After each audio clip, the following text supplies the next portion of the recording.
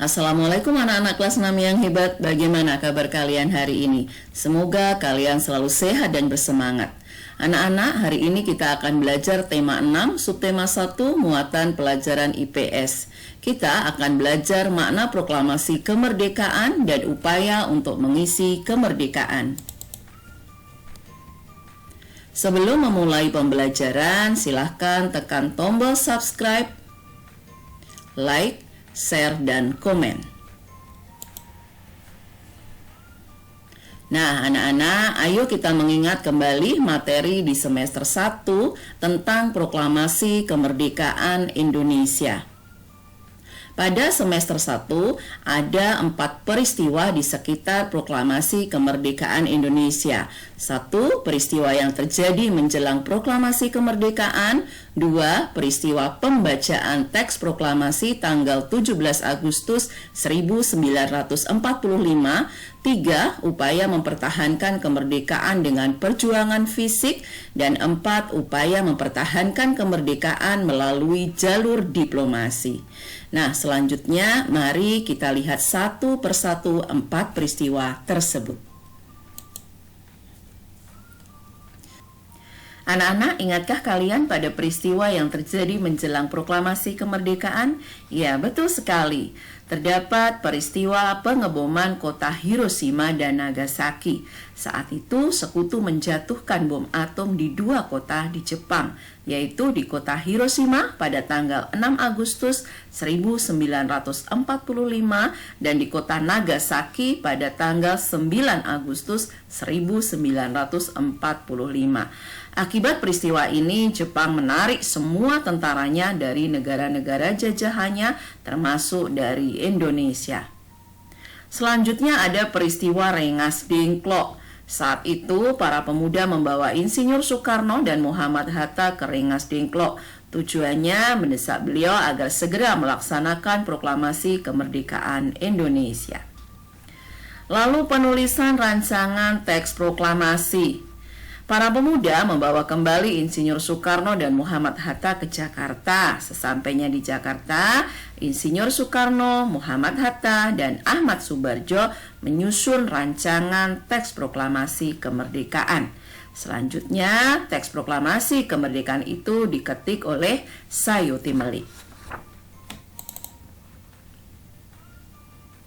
Nah, peristiwa selanjutnya adalah peristiwa pembacaan teks proklamasi kemerdekaan. Teks proklamasi kemerdekaan dibacakan di kediaman Insinyur Soekarno pada tanggal 17 Agustus 1945 pukul 10 pagi. Pada peristiwa tersebut juga dikibarkan bendera merah putih yang dijahit oleh Ibu Fatmawati dan juga dinyanyikan lagu Indonesia Raya ciptaan siapa? Betul sekali, ciptaan W.R. Supratman. Peristiwa yang ketiga adalah upaya mempertahankan kemerdekaan dengan perjuangan fisik. Antara lain, yang pertama di Ambarawa terjadi pertempuran antara Sekutu dengan tentara Indonesia yang dipimpin oleh Jenderal Sudirman. Dengan siasat supit urang, akhirnya Sekutu berhasil dipukul mundur dari Ambarawa.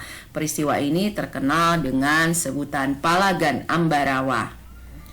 Lalu ada pertempuran di Surabaya, arek-arek Surabaya yang dikobarkan semangatnya oleh Bung Tomo tanpa kenal takut melakukan perlawanan terhadap Sekutu.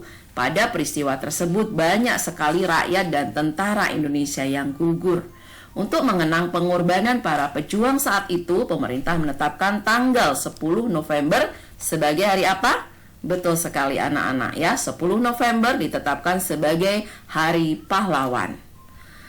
Selanjutnya perlawanan Indonesia terhadap Sekutu juga terjadi di Bandung. Peristiwa di Bandung terkenal dengan nama Bandung Lautan Api. Saat itu tentara dan rakyat Bandung membakar berbagai fasilitas di kota Bandung sebelum ditinggalkan keluar kota Bandung agar tidak dapat dimanfaatkan oleh Sekutu. Pada peristiwa tersebut gugur tentara Indonesia yaitu Muhammad Toha.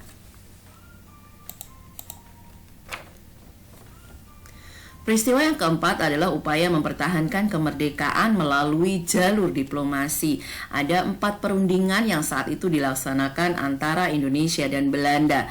Yang pertama adalah perundingan Linggarjati, lalu perundingan Renville, perundingan Roemt-Royen, dan yang terakhir adalah konferensi Meja Bundar. Nah, anak-anak, setelah mengingat kembali 4 peristiwa di sekitar proklamasi kemerdekaan, sekarang ayo membaca buku tema 6 halaman 4-5 dan halaman 16. Bagaimana? Sudah selesai membacanya? Oke, dari materi yang kalian baca tadi, kita memperoleh 2 pengetahuan, yaitu makna proklamasi kemerdekaan dan upaya untuk mengisi kemerdekaan. Makna proklamasi kemerdekaan. Bagi bangsa Indonesia, proklamasi kemerdekaan itu berarti 1. Bangsa Indonesia telah merdeka dan berdaulat.